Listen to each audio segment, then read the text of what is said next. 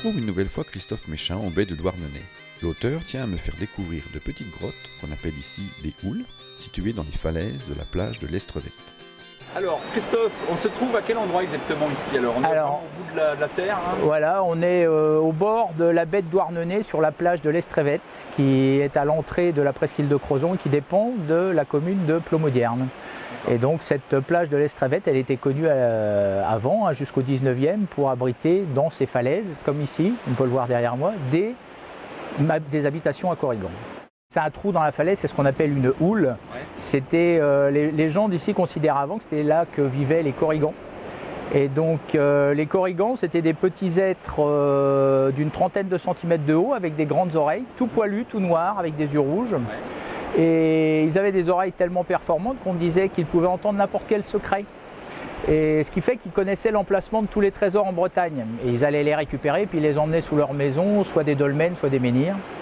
Et ce qui explique qu'à la fin du 19e siècle, il y a eu une campagne de dynamitage de tous les dolmens et les menhirs dans le coin parce que les paysans pensaient que dessous il y avait des trésors à récupérer. Okay. Donc on a perdu beaucoup de menhirs et de dolmens.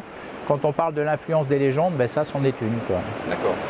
Une des spécificités de ces houles qu'on peut voir ici, là, c'est que les gens mettaient des grandes pierres plates sur le seuil des houles pour former ce qu'on appelait à l'époque le sentier du chien, c'est-à-dire l'espace qui relie la pierre du seuil dans la maison à la pierre du foyer.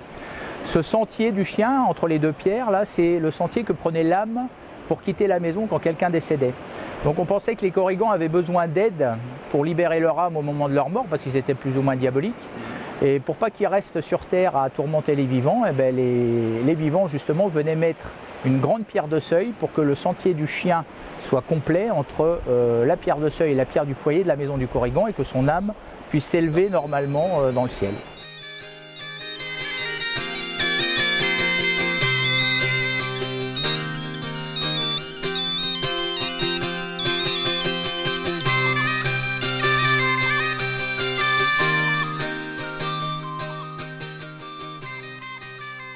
Dans tout le Finistère, le concept de fée n'existe pas.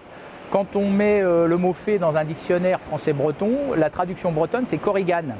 En fait, c'était les Corrigan qui tenaient le rôle des fées. Donc on parlait, les marraines, c'était des Corrigan qui accordaient des vœux, tout ça. Tout ce qui est tenu comme rôle par les fées dans le pays gallo ou en France, c'est tenu ici par les Corrigan. Parce que pourquoi à l'origine, les Corrigans n'étaient pas des petits lutins, c'était un être un petit peu comme les elfes de Tolkien, qui avait la faculté de rétrécir ou de grandir comme il le voulait. Et donc on n'avait pas cette association entre Corrigans et lutins à l'époque. D'accord. Les fées, c'est plus associé à la forêt aussi, peut-être, ou à l'intérieur des terres. C'est surtout que les fées, c'est un concept français. C'est pas trop un concept breton au sens large. Donc le rôle des fées, et je ne peux pas mieux dire, c'était tenu par les Corrigan. C'est elles qui avaient les pouvoirs magiques et qui pouvaient dispenser leurs bienfaits ou leurs malédictions suivant leur humeur.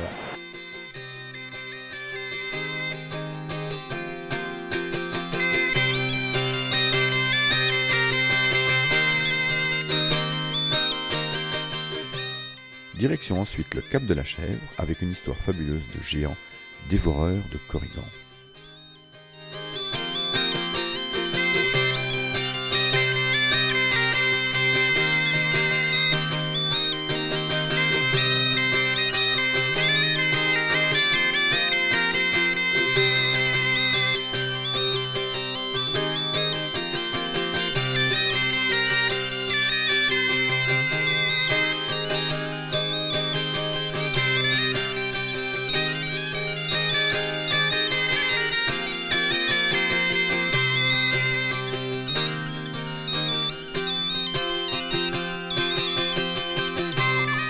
Donc on est en surplomb de la baie de Douarnenez, un endroit qui s'appelle c'est l'Estrevette. Un endroit très venteux.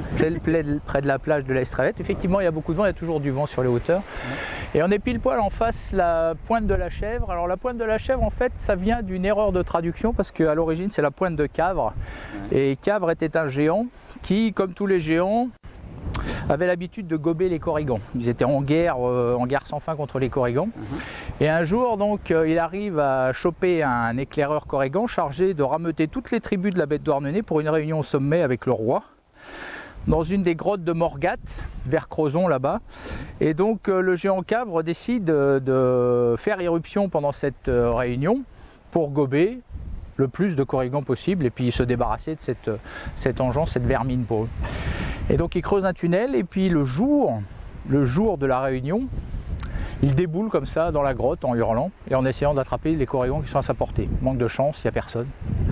Et là il se rend compte que devant l'entrée de la grotte, il y a un grand feu qui est allumé par les corrigans.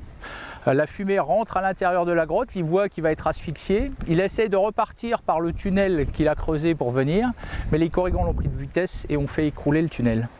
Et donc la fumée va rentrer dans la grotte, il va se faire asphyxier et on dit que depuis il repose sous ce fameux cap de la chèvre qui donc, je répète, suite à une erreur de traduction, c'est le cap de Cavre, la pointe de Cavre le géant, qui repose, qui est étendu là sous cette pointe là et qui est censé se réveiller à la fin du monde.